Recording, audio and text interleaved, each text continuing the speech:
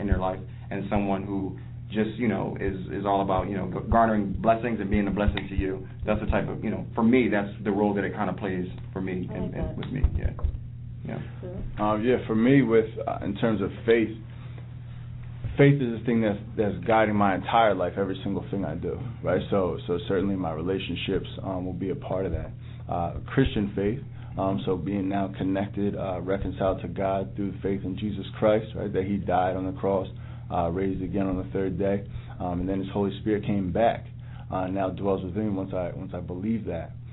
So as a man, and in accordance with biblical teaching, the man is the creature of power, and the female, the woman, is the creature of influence.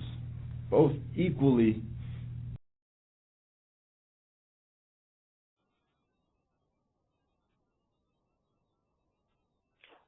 All right, Corley, your microphone is live. You're tuned in to Mind Food Monday with V-Dub Boogie. What is it that you have to say today? Hello? Yeah, what's good? Hey, how you doing? I didn't know if you were still on. This is Big Time AJ. Me and Mr. Boogie been tweeting. Yes, we have, brother. Yes, we have. We have been discussing a lot of different topics back and forth today. On Twitter is live. Is this Mr. Boogie? That is Mr. you? Boogie. This is me. How you doing, Big Time? Talking to me live and direct right now, big brother. Awesome, man. Well, hey, man, I love your tweets. I got to read between the lines, but I like what you're doing. I love what you're doing. This is my job to inspire the people, but not with my own words. With I get to sit down and learn from. I don't just learn from, people like you. I sit down, I see the things that you tweet and you say, and I've listened to you on radio stations constantly, especially with the brother Sean Hannity. So I know that you're a verifiable, certified person and understand exactly where you're coming from. And I just want you to understand that my generation has a different view of where you're coming from, but we are still conservative in our own way. Exactly. But now let me like we've been tweeting. Now, we did what we did, as I'm going to put it this way, old black folks, to get you youth to where you are now. This is what we did, and all the things we couldn't do to get through what now y'all can do. Now, what we old folks are saying, we did the work for y'all. Stop going in the past. Leave it alone. We did that. We done it for you. Go and show us now what you can do with it, and stay away from that Jesse Jackson, Al Sharpton bull crap, the youth I'm talking about. Y'all got the world in the palm of your hands right now. Only thing you got to do is go to school, raise your family, and go and be the high as you can be. Nobody can stop you but yourself. And the next part of it is, stop blaming others for the problems. Like I heard, look in that mirror and see why I can't get out the ghetto, why I can't make no money, why I don't have no job, why my education ain't this. You look in that mirror and you ask yourself this, for these youth now, who is stopping you? I left Detroit 3 weeks ago burying my mom. And, man, if you see what that place look like now, you would ask yourself, what is the young youth thinking about? I left Detroit a long time ago. I was there in the 60s when the blacks owned things. It was beautiful up there. Blacks had their own little neighborhood with businesses, Big Daddy. But then that race thing hit, and they burnt everything down, Big Daddy, and I watched it go up in flames. It made me sick, and I'm still sick about what I seen 3 weeks ago. And it's worse now than ever. And who's helping them?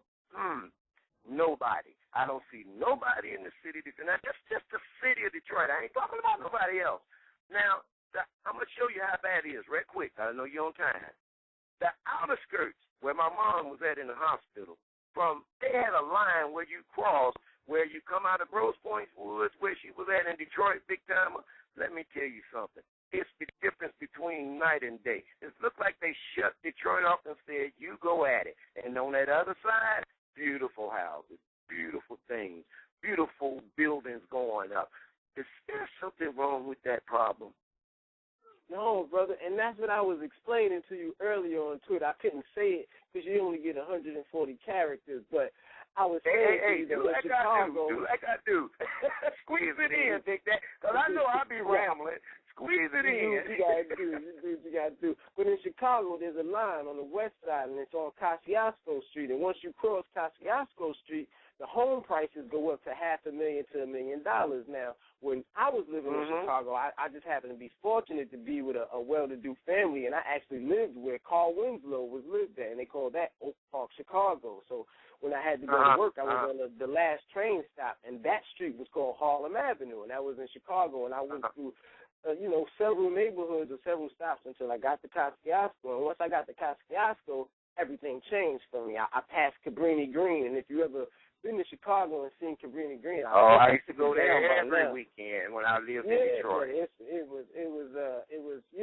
didn't look good. It didn't leave a great impression on me when I was there. So I was like, man, I've seen a different Chicago and heard about a different Chicago, and I'm living a different Chicago, but when I go to where my people are, it's that destitution. And when I was there, it was killing, but right now what's going on is crazy. It's a nightmare. It's a nightmare. But I want to go back to what you said about our people and what we did to Detroit. Right now, my generation and what I try to work on this show is a group economic thing. See, right now I work for somebody who is incorporating herself, and sooner or later I'm going to try to do something to incorporate more businesses of more people of our nature so that we can unify ourselves and depend on just each other's economics. Now, if we have to use a dollar, whether it's fallen or risen, we're going to have to use it because we live in America. I won't say I'm considered American. I know you appreciate America, and a lot of people appreciate the service of America. Don't back down. At this moment, I have certain issues with that.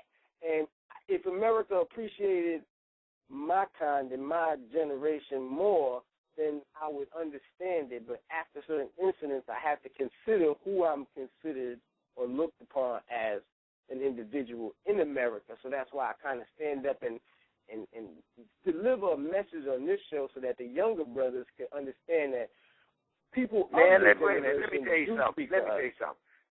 The way we old folks, real quick, and I know you got to go, but let me tell you something.